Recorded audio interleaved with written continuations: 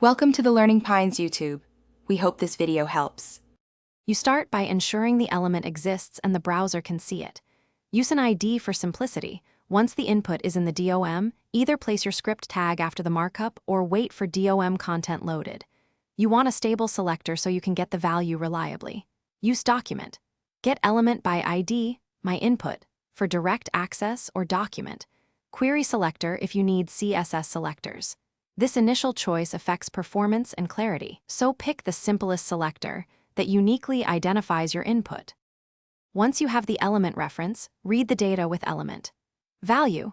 You do this because value always returns a string even for numeric fields. Make sure to convert when necessary. For integers, use parseInt, for decimals, parse float or number, and for structured data, use JSON. Parse after validating.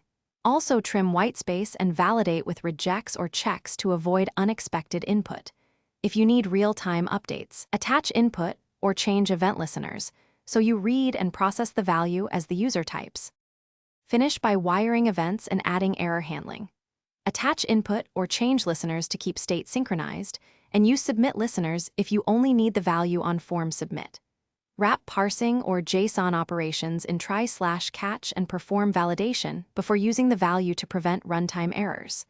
Provide user feedback, show messages, focus invalid fields, or disable actions until input is valid. If things go wrong, check console errors and ensure the selector matches the element, and the script runs. Thanks for watching. Consider subscribing if we helped you.